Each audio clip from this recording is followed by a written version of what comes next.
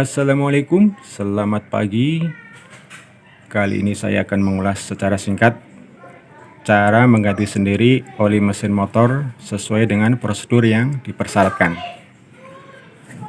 Mengganti oli ini sebenarnya sederhana ya prosesnya ya. Bisa dilakukan oleh siapa saja. Bisa juga oleh ibu-ibu yang di rumah ketika waktu longgar bisa membongkar sendiri ya, diganti oli sendiri. Namun yang diperhatikan adalah prosesnya ya, apakah sesuai dengan prosedur yang disyaratkan. Nah, saya lebih sering mengganti oli ini sendirian ya, tidak ke bengkel ya, untuk memastikan bahwa prosesnya sesuai prosedur ya. Karena kalau saya lihat kalau mengganti oli ini sering tidak memperhatikan dua hal ini ya, yang penting. Pertama, tidak menunggu mesin agak dingin ya, biasanya masih panas gitu langsung dibongkar, diganti. Nah, itu tidak direkomendasikan ya. Beberapa literatur yang saya baca tidak boleh sebenarnya mengganti ketika mesin dalam kondisi masih panas. Tunggu dulu ketika sudah agak dingin gitu ya. Nanti akan saya jelaskan kenapa itu nggak boleh.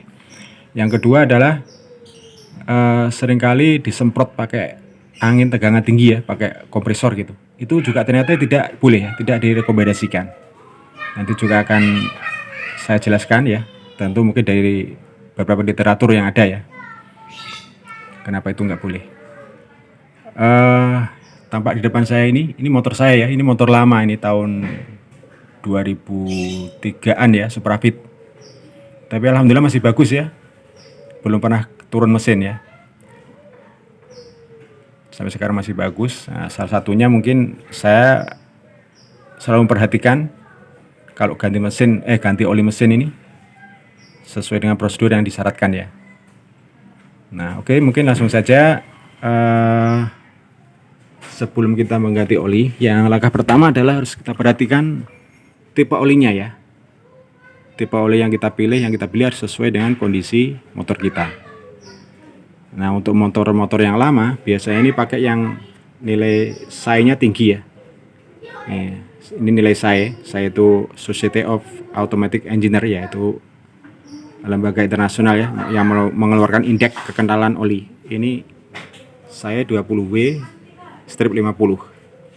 Ini menunjukkan kekentalannya, tingkat kekentalannya 20 W. W itu winter ya, dalam kondisi dingin maksudnya. Musim dingin kekentalannya 20, kemudian kalau musim panas, kondisi panas, suhunya di atas 60 derajat itu kekentalannya 50 ya. Nah, nilai SAE ini tergantung pertama jenis motor ya. Untuk motor-motor yang lama seperti motor saya ini ya, ini karena motor lama itu jarak antar komponennya itu lebih longgar, maka dia perlu oli yang lebih kental ya.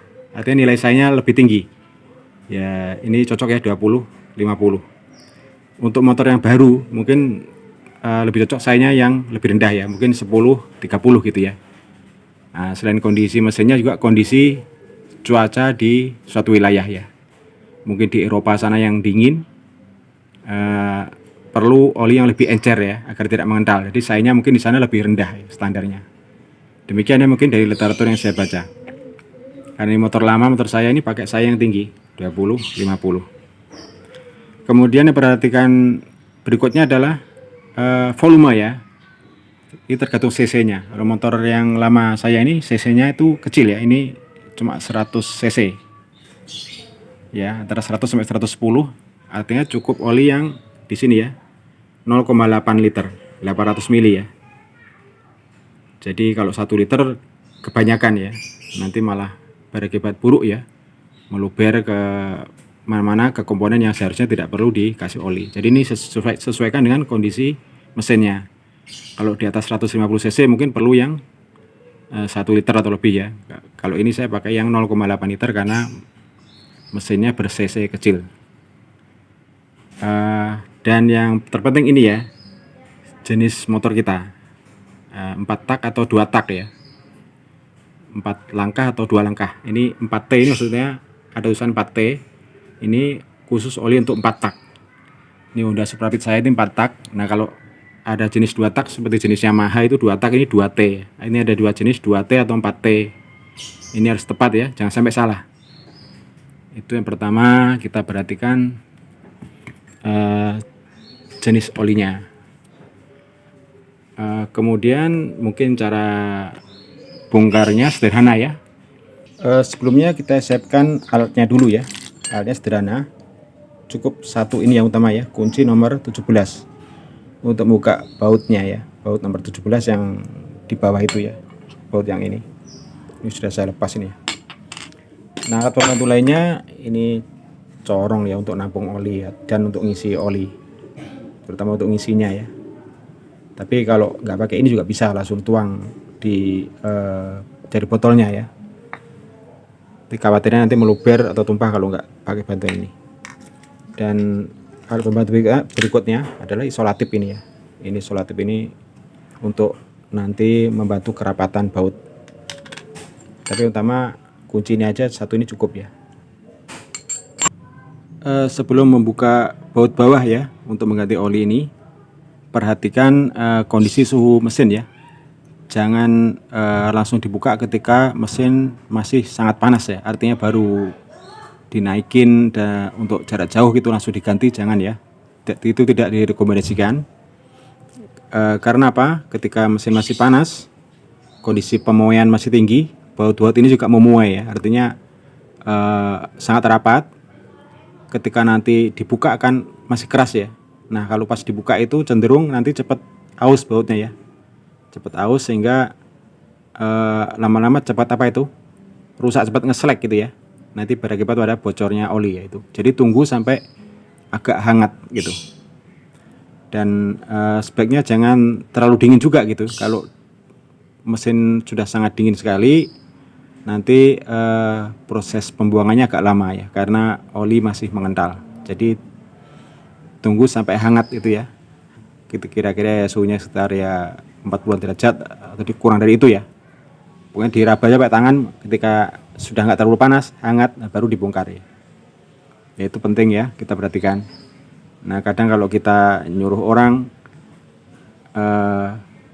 apalagi kalau antriannya banyak gitu ya, mereka nggak sabaran nunggu sampai dingin ya, langsung dibongkar aja gitu ya. Itu pentingnya kalau kita ganti oli sendiri, kita bisa ngira-ngira mesin kita.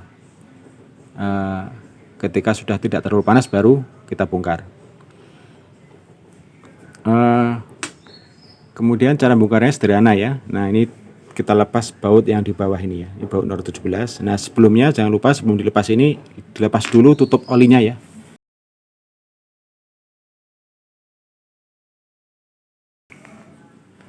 Tutup oli itu ada di samping kanan ya, di sini ya, yang plastik warna hitam ini. Ini bisa kita lepas pakai tangan, atau kalau keras bisa dibantu pakai kunci ya.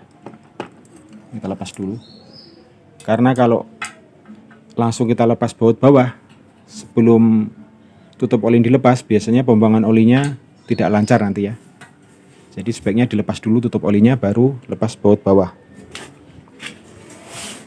Kemudian biasa ya kita lepas pakai kunci nomor 17 ya, baut bawah ini.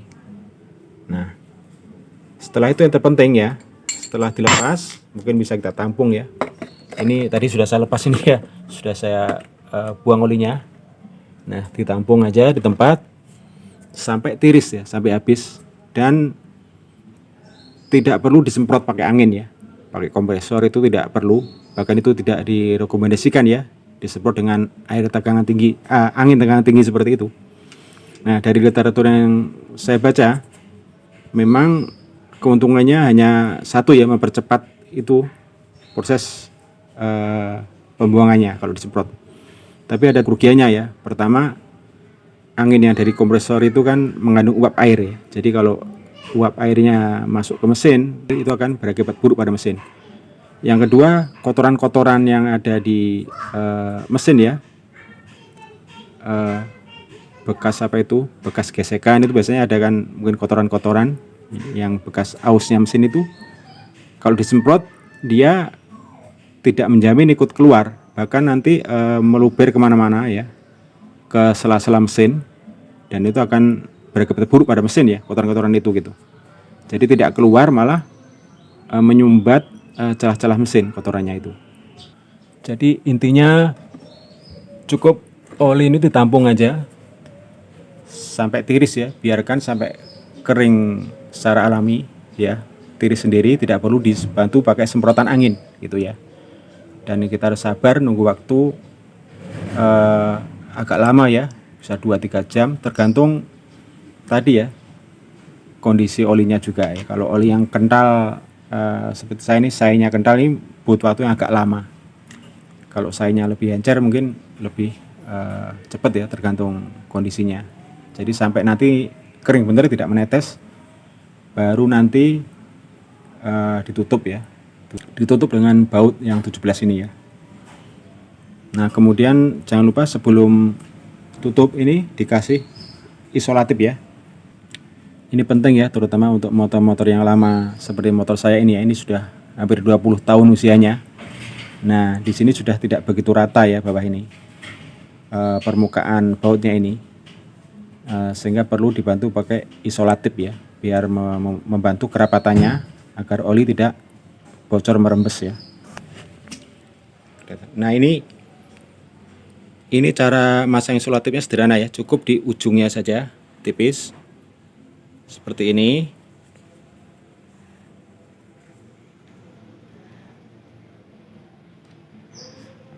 Nah seperti ini ya. Ini nanti akan membantu kerapatannya. Nah kemudian cara memasang bautnya, ini sebaiknya tidak langsung pakai kunci ya, tapi cukup pakai tangan biasa secara manual ya. Begitu terasa ringan bisa masuk, baru nanti dikencengin pakai kunci ya. Ini penting, kenapa? Kalau langsung pakai kunci biasanya tidak terasa ya, apakah masuknya ini sudah lurus atau masih miring gitu. Kadang ketika miring langsung pakai kunci dan dipaksa masuk, nanti berakibat ini bisa selek ya, bisa selek, aus, atau nanti apa itu, dol gitu ya bautnya. Dan juga drat yang di mesin itu bisa pecah. Akibatnya nanti oli akan bocor atau merembes gitu ya. Nah jadi masangnya jangan langsung pakai kunci, tapi pakai tangan dulu. Biasanya ringan saja masuk, ketika sudah terasa berat baru dibantu dikencengin pakai kunci.